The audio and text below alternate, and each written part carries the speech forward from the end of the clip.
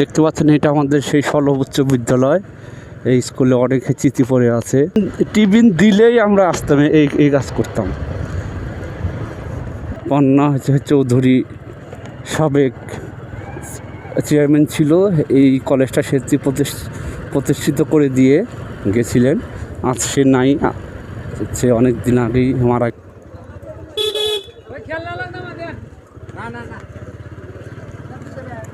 High বন্ধুরা, welcome to another blog. আমি আবার আজকে নতুন একটি ভিডিও নিয়ে আপনাদের সামনে হাজির হলাম। আজকে আমি যাচ্ছি কৃষি ব্যাংকে, মানে আমাদের সলভ স্টেশনে কৃষি ব্যাংক আছে। কৃষি ব্যাংকে একটা কাজ আছে, ওই কৃষি ব্যাংকে যাচ্ছি। তো অবশ্যই আপনারা আমার সাথে থাকুন এবং ভিডিওটি কন্টিনিউ দেখুন। দেখতে পাচ্ছেন এটা আমাদের সেই সলভ উচ্চ বিদ্যালয়। এই স্কুলে অনেক স্মৃতি পড়ে আছে। ক্লাস 6 থেকে 10 পর্যন্ত এই স্কুলে আমরা লেখাপড়া করেছি।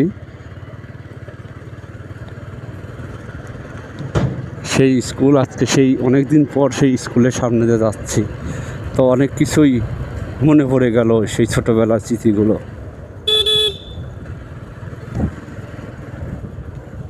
টিফিন যখন দিত স্কুলে, তখন দেওয়াল টপকে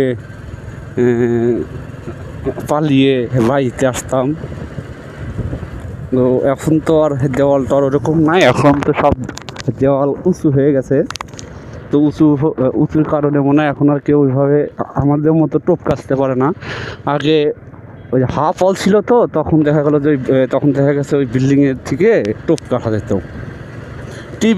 টিফিন দিলেই আমরা আসতাম, এই কাজ করতাম। তো যাই হোক, সবই স্মৃতি এখন। আর আর আর কয়েকদিন পর আমার মেয়ে এই স্কুলে ভর্তি হবে। তো তখন আর আমাদের কথা বলে কী লাভ। এখন আমাদের যে মানে ছেলে মেয়ে তারাই পড়বে। এক সময় আমার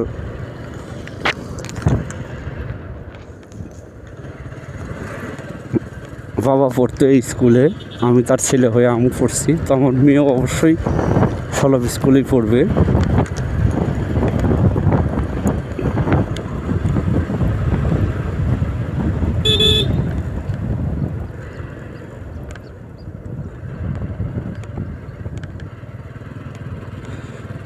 এমন এক সময় ব্যাংকে যাচ্ছি, এই সময়টা এখন ফাঁকা পাইলে হয়। ব্যাংক ফাঁকা বলতে লাঞ্চের সময়, তো 1টা বেজে গেছে।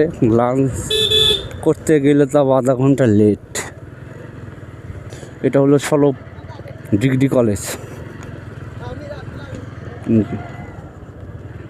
পন্না চৌধুরী সাবেক চেয়ারম্যান ছিল, এই কলেজটা প্রতিষ্ঠিত করে দিয়ে গেছিলেন।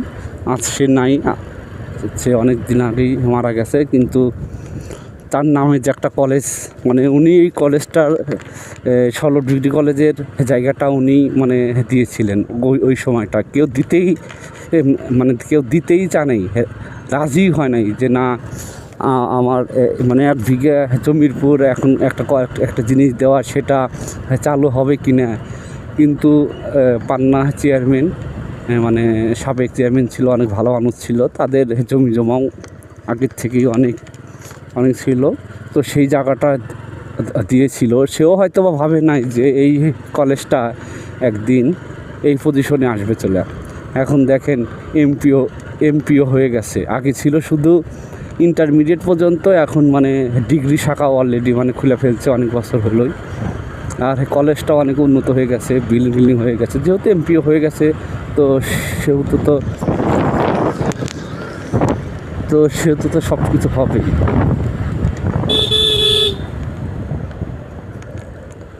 তো আগের আসলে কেউ যদি মানে রিস্ক নিত, সেই রিস্কটাই এখন এসে সেটা দেখা যাচ্ছে যে 10-12 বছর পর সেটা কাজে লেগে গেছে। ওই সময়টা আমাদের যে সলভ স্কুল ছিল,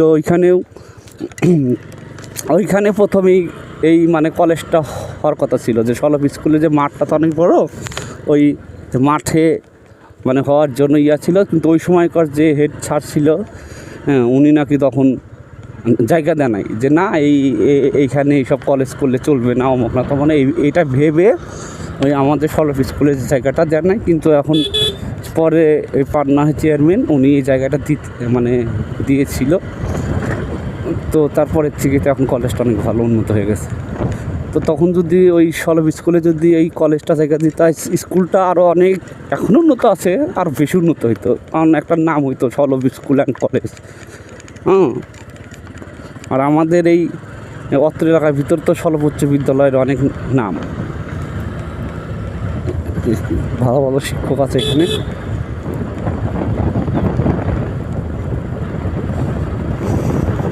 তো যাই হোক বন্ধুরা, আমি স্টেশন যাচ্ছি, সলভ স্টেশন, যে জায়গায় ঘোলের বিখ্যাত। তো আজকে আমার পেট ভালো না, এই জন্য ঘোল খাবো না। অনেকেই হয়তো সলভ স্টেশনের কথা শুনলেই ভাবে যে মনে ঘোল খাইতে যাচ্ছি, কিন্তু না, ঘোল খাওয়ার জন্য যাচ্ছি না। আজকে আমার একটা ব্যক্তিগত কাজ আছে ব্যাংকে, সেই ব্যাংকে কাজের জন্য যাচ্ছি।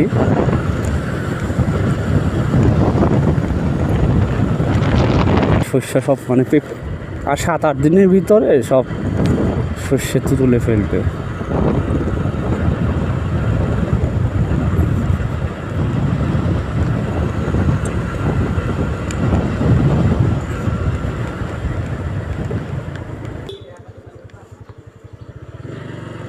সলভ স্টেশনে চলে এসেছি।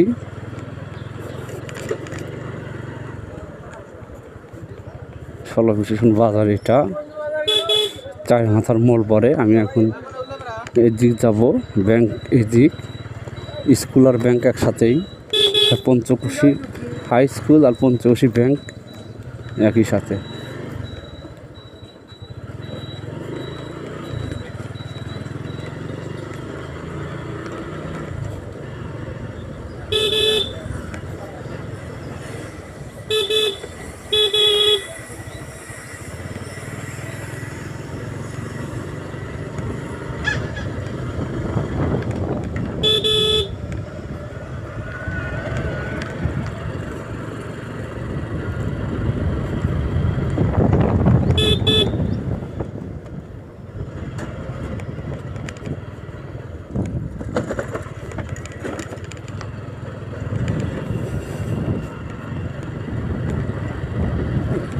চলে এসেছি ব্যাংকের কাছাকাছি।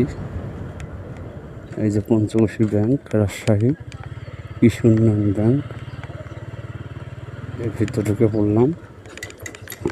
স্কুল আর উপরে হচ্ছে ব্যাংক।